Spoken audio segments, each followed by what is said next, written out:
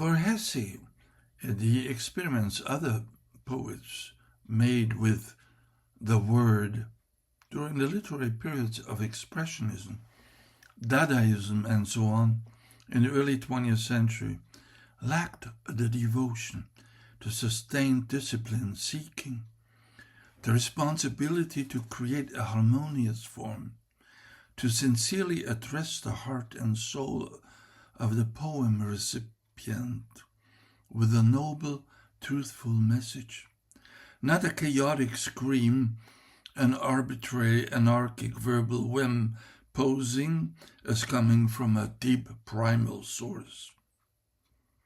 Hesse admires especially Goethe's poetry, and actually wrote a book with the title Dank an Goethe, Gratitude to Goethe.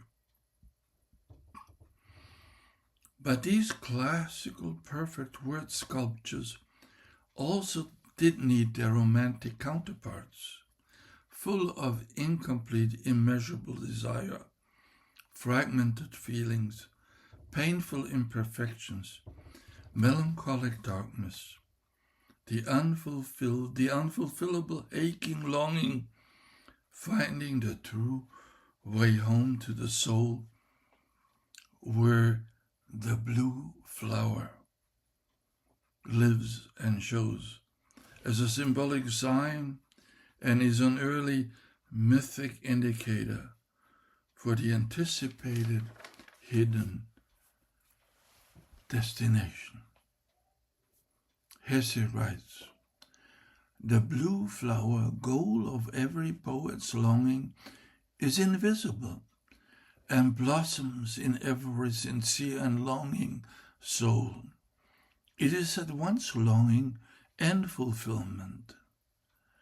To preserve its wonderful fragrance and to spread it characterizes romantic poetry.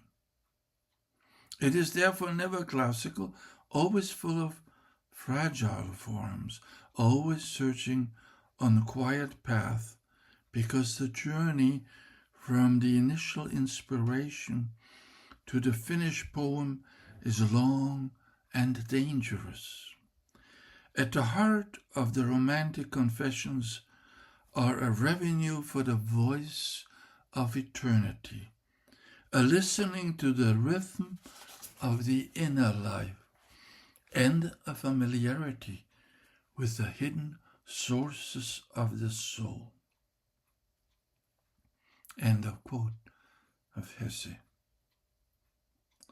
The quest for the soul-based word reaches into an interior to create a re-emerging exterior, sound word, then with alphabetized options that the visible word offers. This process is a sacred process, a holy transformation, a bringing into being, a coming forth of what contains our inner essence into its word manifestation. It is our prime divine gift, human achievement, and exclusive possession, to be protected, preserved, cultivated with utmost care. In Hesse's words, "I pray every day to preserve the integrity of my own inner world, not to grow weak, to resist being destroyed by the sweet poison I see thousands imbibing." End of Hesse quote. The poet as the guardian of the meaningful word, the soul word, originating from a manifesting center. This precious possession reveals its gift not on command, causing sorrow, suffering, depression when will, desire are not rewarded with productive creative inspiration. Hesse himself speaks about that suffering. I can only overcome such conditions through patience, by allowing the soul to regenerate reserves slowly, in the same way as my poetry emerges. For this to happen, I need in me a space where I am completely alone, where no one and nothing has access. To a young poetess, Hesse gives a similar advice. Continue on your journey. Do not read too much. Do not give in to any distraction. Do not check your email and iPhone every 10 minutes. Well, somehow that sentence got in here. That was I talking. But Hesse continues, listen to no one, and most important, wait until something emerges by itself. Do not force anything. Do not produce anything out of an artificial desire or from ChatGPT. No, that wasn't actually Hesse. So, today, I believe he would say, focus on your Wi-Fi, which of course stands for the wisdom finding connection. Wi-Fi, wisdom finding connection. To the internet. Now, this is of course the one with the 2N and without the T. It stands for technology. This is where the words you are waiting for and you actually wait not only, but they wait for you to provide a meaning for the meaningful life you can lead. Being soul-led. So that word, as I said earlier, becomes flesh, not flesh drive. In John 1:1, I mentioned earlier, verbum caro factum est. It didn't say verbum gigabyte fractured est.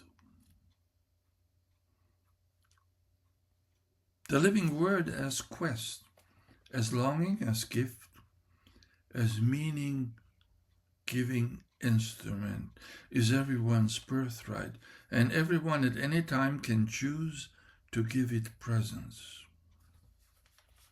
You're gathering in a very special lucus amenus. The living, poetic, beautiful, meaningful word releases its magic much easier when our senses commune with nature.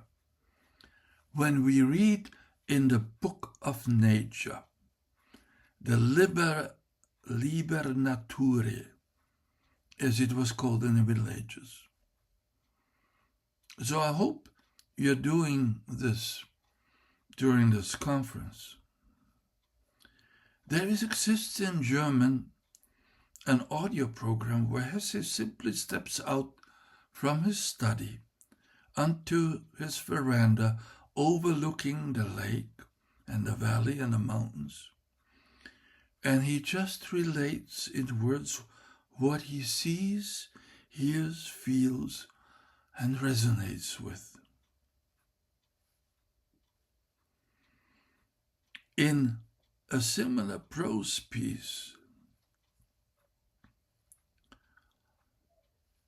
he shares his experience of his sense impressions, evoking, connecting with inner knowing in order to re-emerge in living outward expression.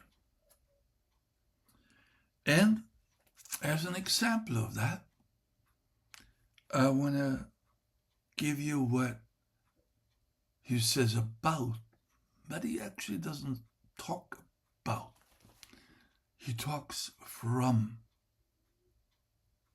his relatedness to trees. And here's the quote from Hesse. Trees have always been for me the most intense preachers.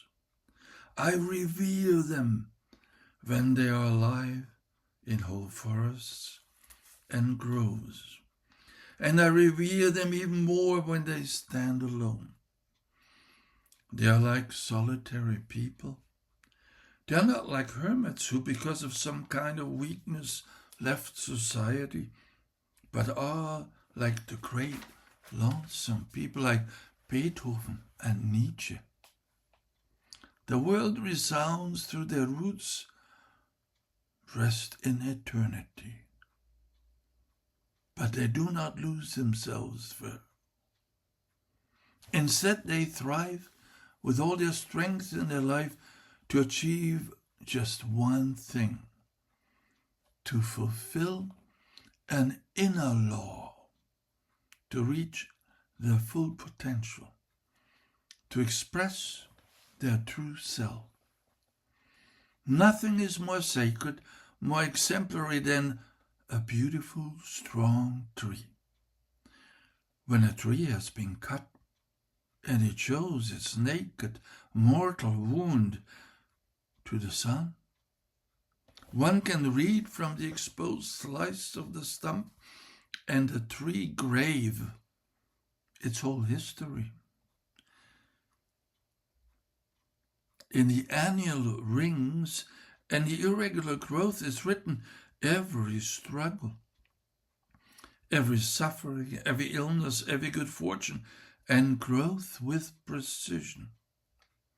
Lean years and abundant years, attacks resisted, storms survived. And every farm boy knows that the hardest and most precious wood has the narrowest rings, that high in the mountain grows and is in constant danger. This is where the indestructible, most powerful, most superb stems grow. And Hesse continues. He says, trees are temples. Whoever knows how to talk to them and listen to them will know the truth.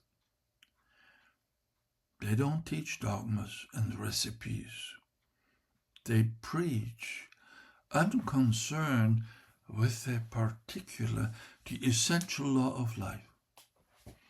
A tree says, there is a core in me, a spark, a hidden idea. I'm a living being with eternal life. I'm a unique creation. The eternal mother has dared to manifest in me. Unique are my form and the lines of my skin. Unique is the most minute play of leaves in my treetop, and unique the tiniest scar on my bark. It is my purpose to create and to show eternity in this singular manifest form.